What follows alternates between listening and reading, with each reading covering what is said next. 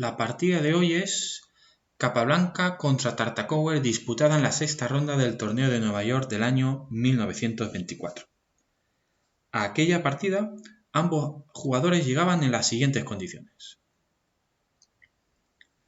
Capablanca era quinto clasificado con 2 puntos en su casillero y venía a esta partida después de una dolorosa derrota en la quinta ronda contra Retting. Por su parte, Tartakower estaba realizando un gran torneo y era co-líder empatado con Bogolyubov con 3,5 puntos. Así pues, Tartakower estaba jugando bien y llegaba a esta partida con buenas posibilidades de victoria. Por su parte, Capablanca estaba en una situación bastante comprometida, puesto que una derrota contra Tartakower le descartaría prácticamente en la lucha por el torneo. Así pues, como vemos, Capablanca se encontraba contra las cuerdas en aquella partida de 1924. Vayamos a ver qué sucedió en la partida.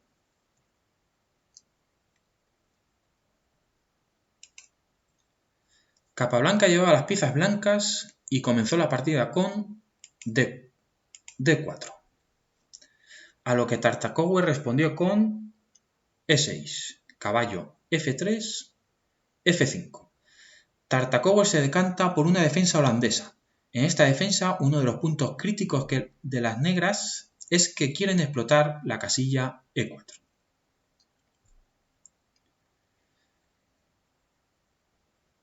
C4, caballo F6. El caballo negro ayuda a controlar la casilla E4 y puede ocuparla cuando las negras lo consideren oportuno. Alfil G5. Capablanca reacciona clavando el caballo y menoscabando por tanto el control negro de la casilla central E4. Alfil E7. Tartakower sencillamente se desclava con una jugada natural. Según mi base de datos, esta jugada es la favorita en la práctica. El 53% de las ocasiones el jugador de negras se ha decidido por alfil E7. Más de la mitad es un porcentaje muy alto. Pero hay que decir que esta jugada es una imprecisión, como ya comentó Alekhine en su libro del torneo. Y no solo eso, los módulos de ajedrez están de acuerdo. Ambos, Alekhine y las máquinas, coinciden a la hora de señalar a la jugada alfil B4 jaque como la continuación más precisa para el negro. ¿Por qué es más precisa esta jugada? Porque, aunque no lo parezca, desde B4 el alfil negro colabora en el control de la casilla E4. Las blancas ahora deben jugar algo como caballo C3. Y como vemos, este caballo queda clavado y por tanto no puede discutir el control negro de la casilla E4.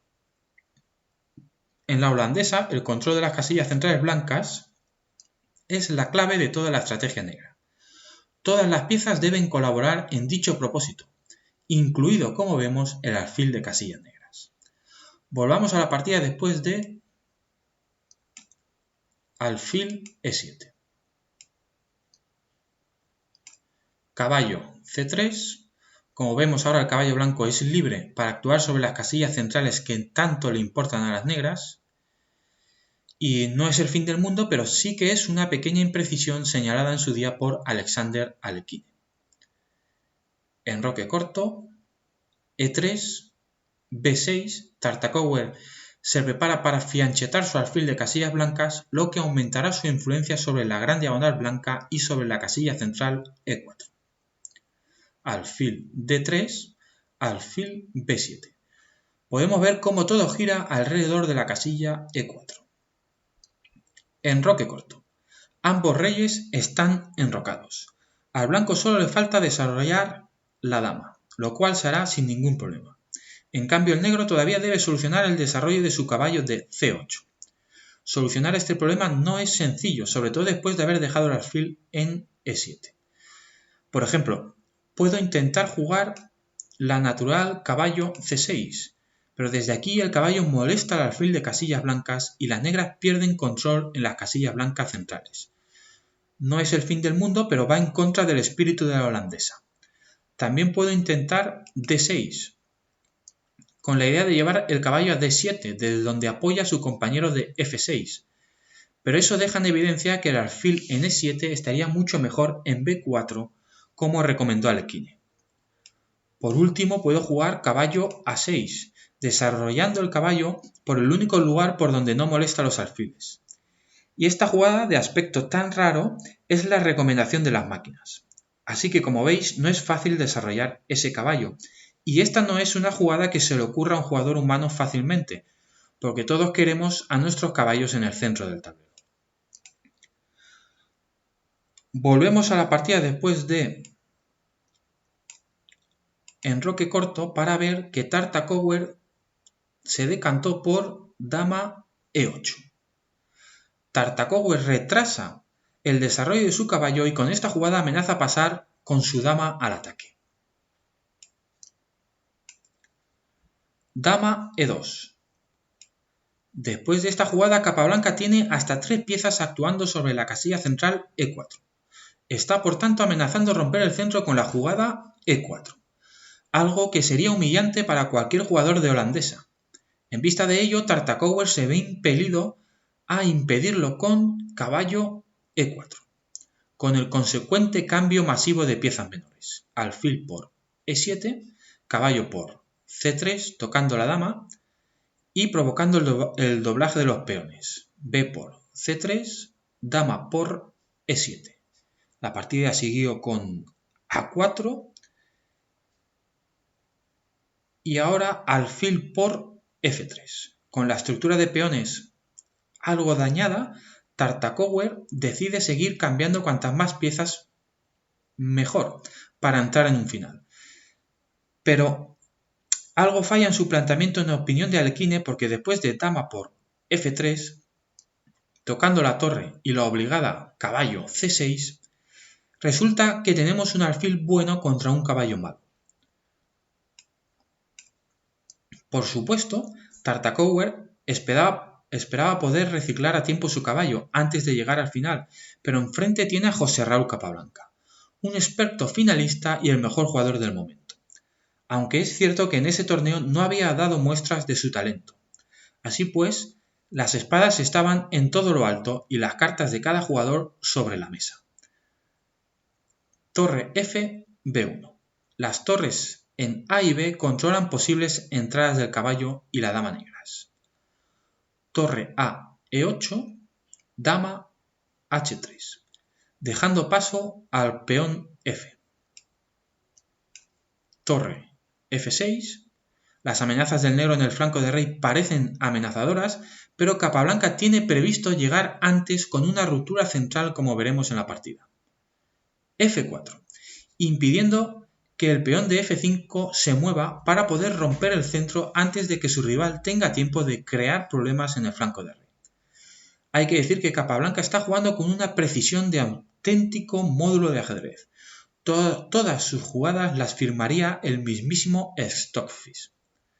Caballo A5. Tartakower intenta hacer algo útil con su caballo presionando sobre el peón de C4, pero ese caballo está bien controlado por las piezas de Capablanca. Dama F3, las blancas han ganado la casilla central E4. El bastión de la defensa holandesa ha caído bajo el talento del jugador cubano, que se prepara para romper el centro. Fijaros en lo lejos que está el caballo negro de la verdadera acción en la partida. Alekhine estaba en lo cierto, caballo malo contra alfil bueno, pero Tartakower aún no ha entregado la partida, aunque estratégicamente ya ha sido superado. D6, torre E1. La torre viene a la columna E porque se va a abrir con E4 en cuanto Capablanca quiera, y el cubano coloca sus piezas en la mejor posición posible antes de romper el centro. Dama D7. Tartakower con buen criterio quita su dama de la columna E para evitar desagradables sorpresas. E4. Capablanca rompe en la casilla E4, precisamente la casilla fetiche de los jugadores de la holandesa. Una victoria estratégica y un golpe moral, pero la partida no está decidida, ni mucho menos. Todavía hay que doblegar la voluntad de Tartakower y convertir la ventaja estratégica y moral en ventaja material decisiva. F por E4. Dama por E4. amenazando la casilla H7. G6, Tartakower se olvida de sus planes de llevar la torre al flanco de rey porque sabe que su prioridad ahora es evitar quedarse en posición inferior. G3, defendiendo F4, rey F8, Tartakower empieza a entender que ahora es él quien puede sufrir un ataque en el flanco de rey. Rey G2,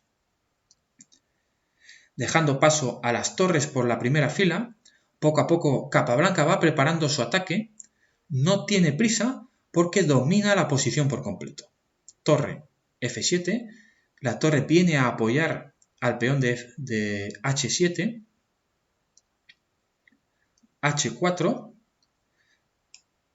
si os fijáis, Capablanca ha roto el centro y como resultado el peón negro tiene una fea debilidad en E6, marcada en amarillo. Y ahora Capablanca se dispone a romper en el flanco de rey y a explotar la columna H con una torre en H1 y la batería formada por la dama y el alfil.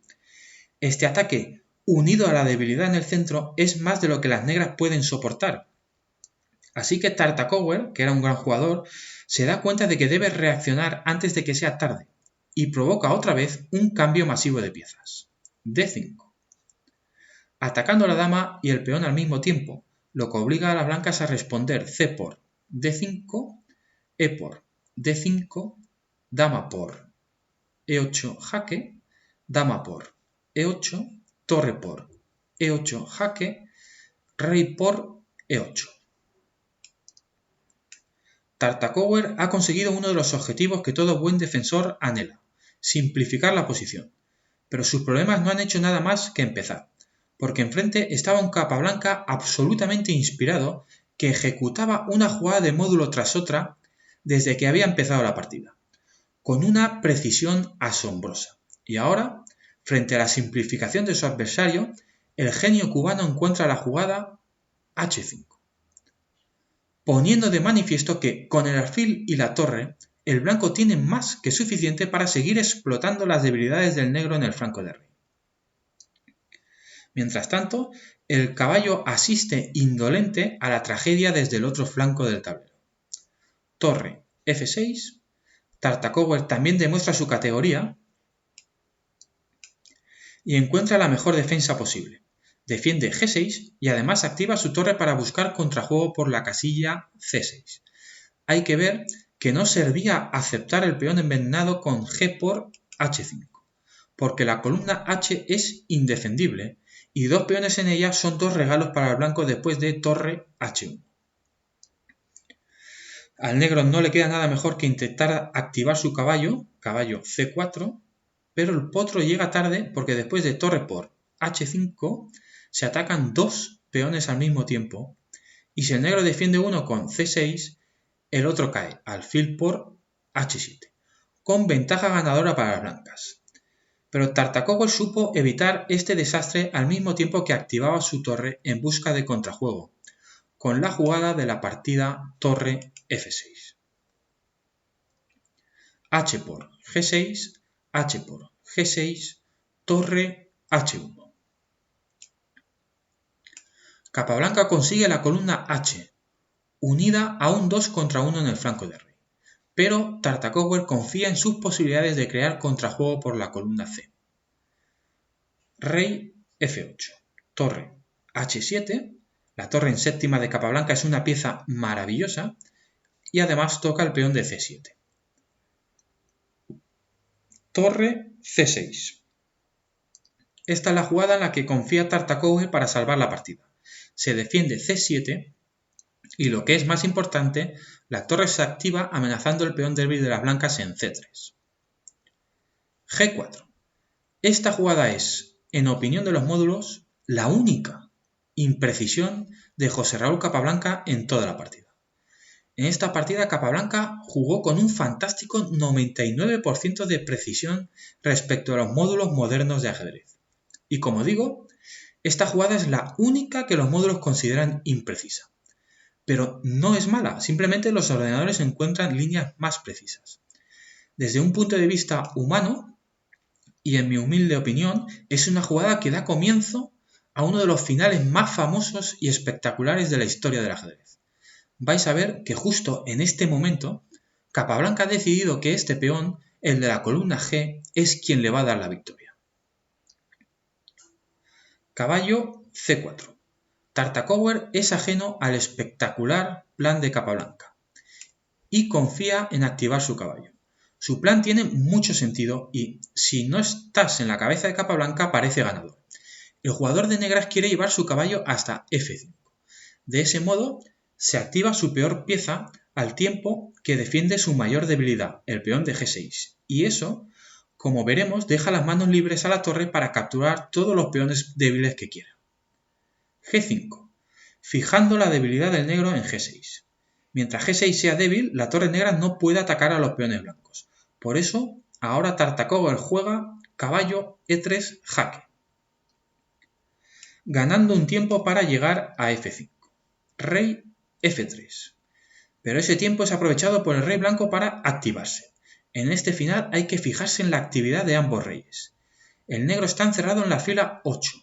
El blanco, en cambio, es mucho más activo. Pero a Tartakower de momento eso no le preocupa, porque confía en la jugada caballo F5.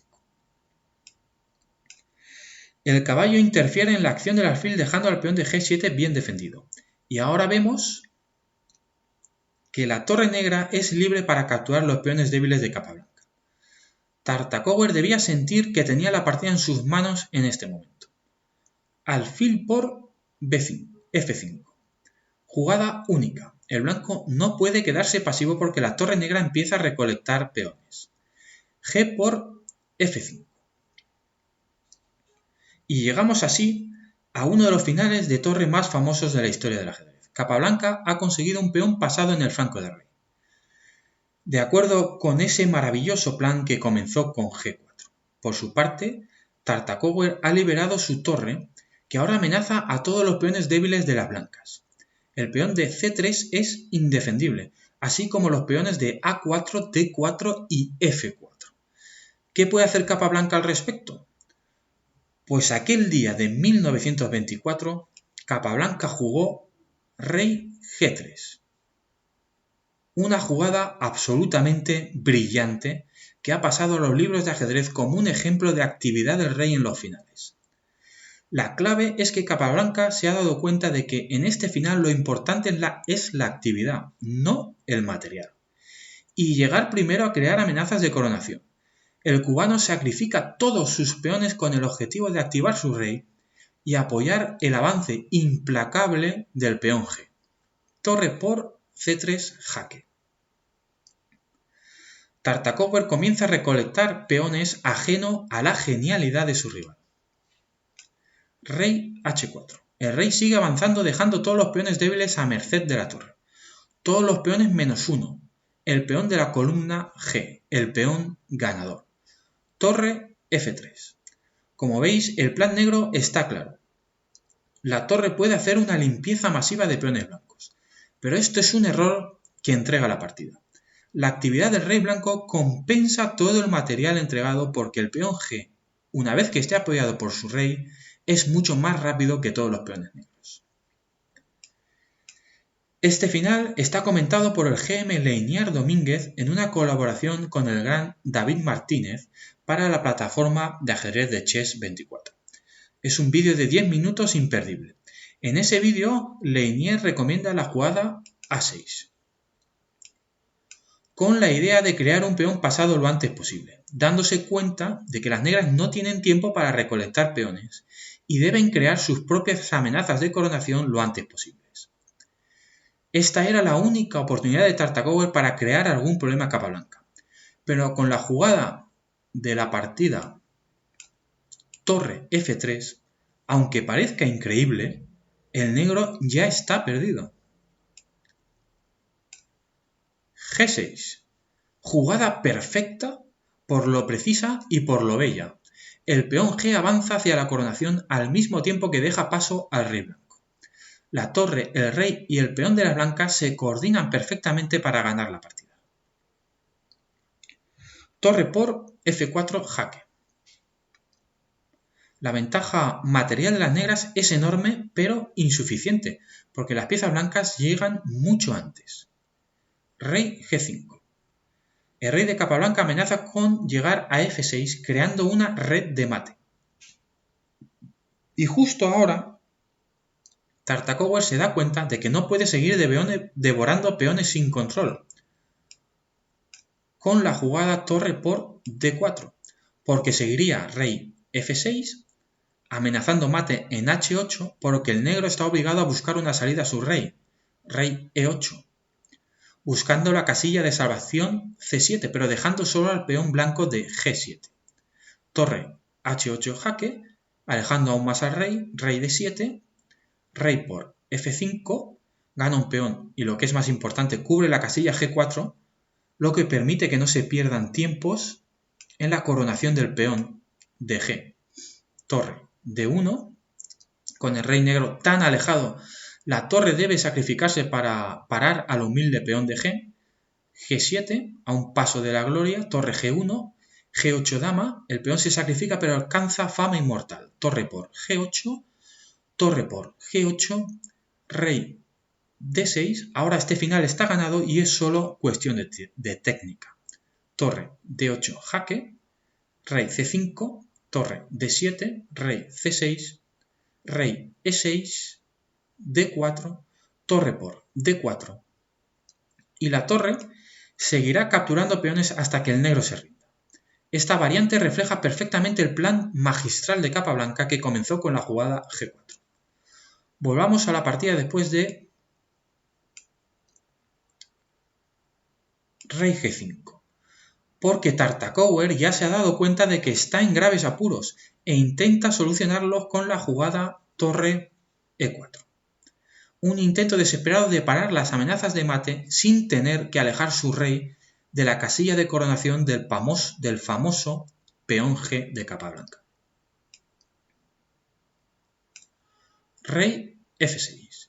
De nuevo vemos la red de mate, pero ahora Tartakower intenta mantener su rey cerca del peón G con la jugada rey G8. Obstruye la casilla de coronación y evita el mate en H8. Todo esto es posible gracias a que la torre está en la columna E, dispuesta a defender la última fila. Pero no es suficiente, todo está bien calculado por Capablanca. Torre G7 jaque, un jaque intermedio para descolocar al rey, rey H8, torre por C7, amenazando mate en C8, torre E8, evitando el mate en el último momento, pero ahora son los peones negros los que están totalmente indefensos. La situación curiosamente ha dado un vuelco absoluto. Serán las blancas las que hagan limpieza de peones negros y no al revés. El ánimo de Tartakower debería oscilar en estos momentos entre la desolación y la admiración absoluta. Rey por F5, torre E4, amenaza al peón de forma inútil porque después de rey F6 vuelve la red de mate y la torre debe volver a la defensa. Capablanca utiliza la amenaza de mate de forma magistral para dejar a su rival sin jugadas. Torre F4 jaque, rey E5, torre G4, G7 jaque, el golpe final realizado por la estrella de la partida, el peón de G. El negro no puede capturar con la jugada torre por G7 porque el cambio de torres lleva a un final perdido para el negro después de torre por G7, rey por G7, el rey negro está demasiado lejos, rey por D5, rey F7, rey C6, rey E7, rey B7, rey D7, rey por A7, rey C7, D5, rey D6, rey por B6, rey por D5, A5 y el peón de A es imparable. Volvamos a la partida después de G7 jaque, porque Tartakower, que ya podría haberse rendido, jugó torre por rey G8, rey G8. A lo que siguió torre por A7. Los peones negros caen como fruta madura. Torre G1, rey por D5, más y más peones, torre C1, rey D6, torre C2, D5, torre C1, el negro se muestra impotente y no tiene jugadas con las que oponerse al avance de los peones blancos. Torre C7, torre A1, rey C6, torre por A4, D6, la última sutileza.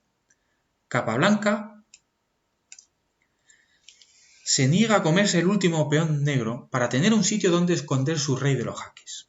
Una vez que el rey esté a salvo de los jaques, los peones blancos coronan irremediablemente. Tartakovsky por fin se rindió ante la genialidad de su rival.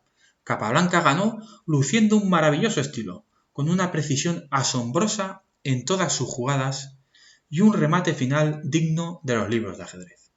Por fin, después de 5 rondas, ya en la sexta, el mejor Capablanca apareció en Nueva York para inmortalizar a uno de los mejores jugadores de la época con una partida brillante. Espero que hayáis disfrutado de esta lección magistral de Capablanca tanto como yo. Un saludo y hasta el próximo vídeo.